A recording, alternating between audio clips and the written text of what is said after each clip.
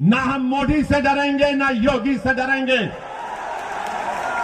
इंशाअल्लाह ना हम अखिलेश के इन दिलफरेब बातों में आएंगे जो उनके वालिद मोहतरम भी दोहराते थे।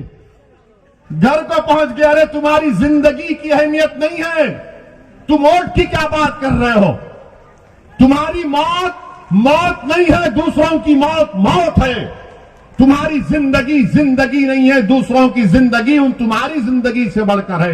मुस्लिम वोट मुस्लिम वोट मुस्लिम वोट, ऐसा पड़े हैं जैसा कि तुम्हारे बाप का खजाना है मुस्लिम वोट।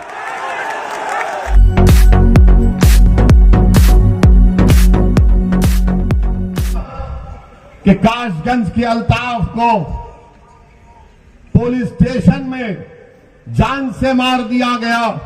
कोई नहीं जाता अल्ताफ के पास, उसके घर वालों के पास। वो पुलिस स्टेशन में ले जाकर नल की टूटी से कहा गया कि उसने खुदकुशी कर ली। क्या कोई 3 फीट की नल की टूटी से खुदकुशी कर सकता है? मगर अल्ताफ की जान ले ली गई। वही एक गुप्ता साहब जिनका गोरखपुर में पुलिस ने उनको मारा तो मुख्यमंत्री पहुंच गए, अखिलेश पहुंच गए, घर को पहुंच गया। अरे तुम्हारी जिंदगी की अहमियत नहीं है, तुम वोट की क्या बात कर रहे हो? तुम्हारी मौत मौत नहीं है, दूसरों की मौत मौत है।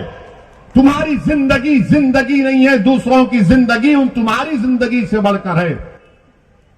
मेरे अजीज दोस्तों और बुजुर्गों, यह सच्चाई है।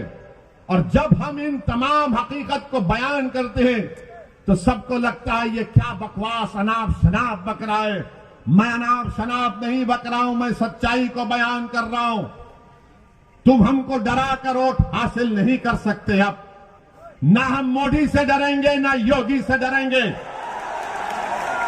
इंशाअल्लाह ना हम अखिलेश के इन दिलफरेब बातों में आएंगे जो उनके वालिद मोहतरम भी दोहराते थे। ना हम कांग्रेस के वो पुरानी बूढ़ी कांग्रेस जिसने हमेशा हमको धोखा दिया। आज आकर हमसे दिलफरेब बातें की जाती हैं कि हमको वोट दो, हमको ऐसा कर दो।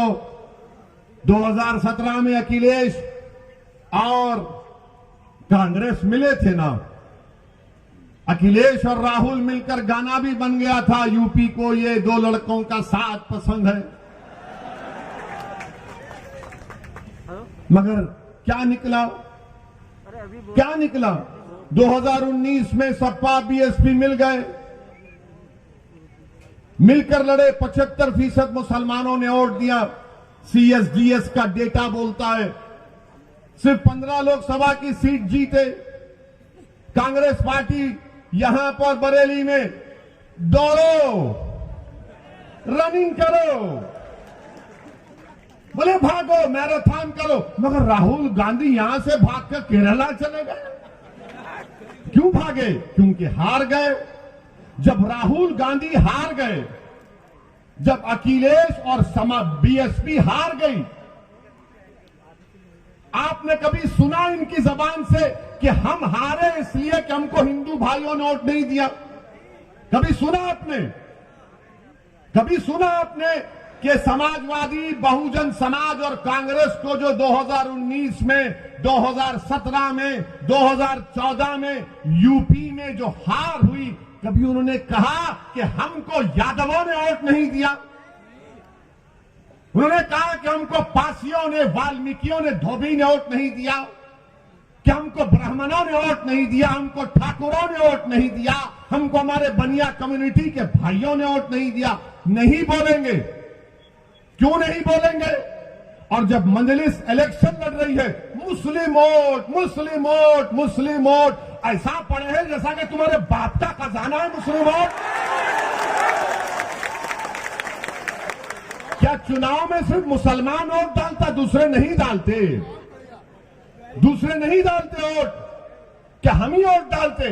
अब ये मीडिया के लोग कहां जा रहे हैं? अब आप कहां जा रहे हैं? अब की बार सिराते मुस्तकीम के रास्ते पे जा रहे हैं। अरे ये रास्ता कठिन है, बोले आका का गुलाम है, इश्क के रास्ते पर ही जाएगा। अब ये हमारे पीछे, जहां हमारा इंटरव्यू लेते, नहीं ये आप मुस्लिम वोट में सेंध डाल रहे हैं। हम कहते हैं कि आप डालो ना हिंदू वोट में सेंध, कौन रोक रहा आपको? वोटर है, किसी का खजाना नहीं है, ये आजाद है, जिसको चाहे वोट डालेगा। मगर ये पूरी तवज्जो मोदी की, योगी की, अखिलेश की, राहुल की, मायावती की, सब किस पर है? मुसलमान कहां जा रहा है। और इलेक्शन के बाद कोई पूछेगा नहीं आपको। ये 3 बंदरों की कहानी सुनी ना कभी आपने? 3 बंदर हैं, एक आंख बंद कर लेता, मुझे कोई मुसलमानों की बर्बादी नहीं देखना है। एक बंदर है जो जबान बंद कर लेता, अरे कुछ तो बोल, बोले नहीं मेरी जबान बंद है। एक बंदर है कानों में रुई डालकर बैठा रहे, देख मेरी तकलीफ सुन, मेरी बेटियों की नहीं सुनता। इलेक्शन तक आप इंसान हैं, और जैसा रमजान शुरू होगा अप्रैल में, कोई आपको पूछेगा नहीं।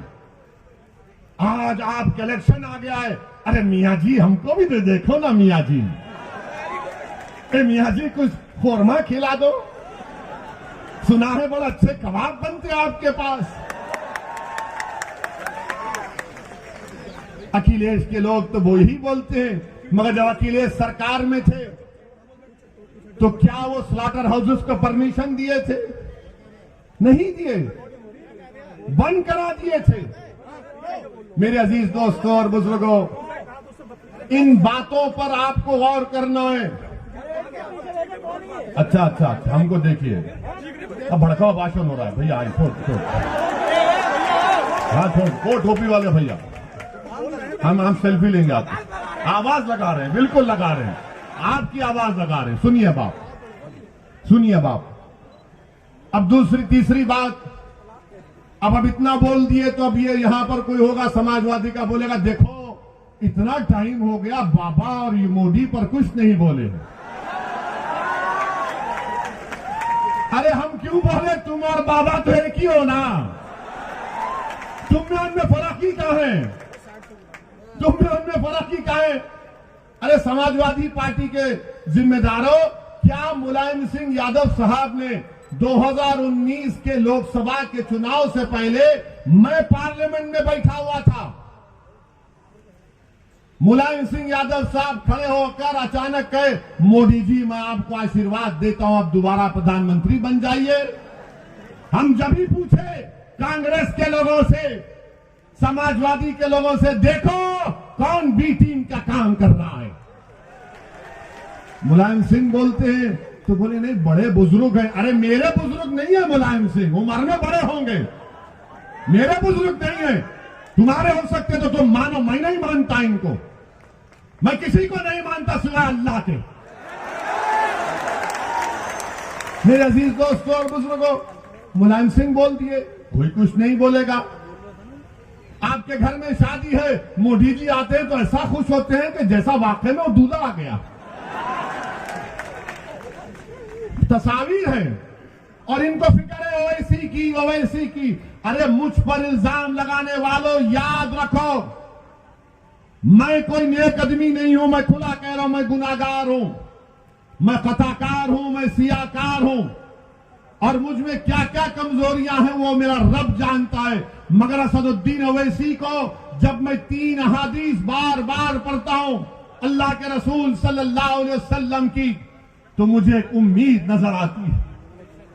पहली हदीस कि जब रसूल अल्लाह सल्लल्लाहु अलैहि वसल्लम ने फरमाया कि एक महिला थी, गुनाहगार थी, मगर जब उसने रास्ते में एक कुत्ते को देखा जो प्यासा था, वो गुनाहों में लुटपुट थी, मगर उसने उस कुत्ते को अपने कपड़े पल्लो डालकर अपनी जूती से पानी निकालकर उस कुत्ते की प्यास बुझाई, तो आका सल्लल्लाहु अलैहि वसल्लम ने फरमाया कि वो जन्नत में जाएगी।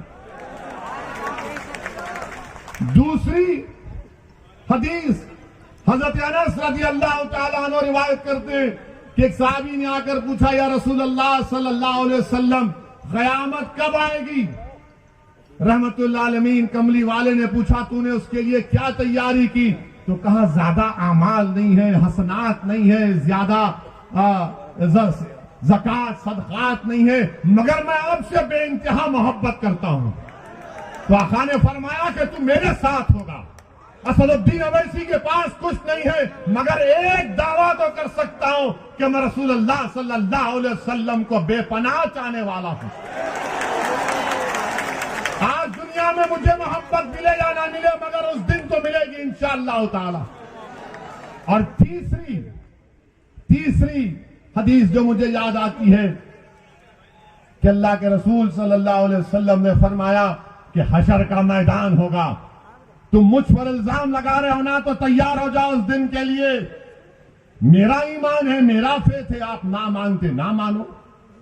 हशर का मैदान होगा, कमली वाले ने फरमाया कि मेरी उम्मत प्यासी होगी, मैं हौज़े कौसर के पास होऊंगा, मेरी उम्मत के अमाल तोले जाएंगे, कमी होगी पूरा करूंगा।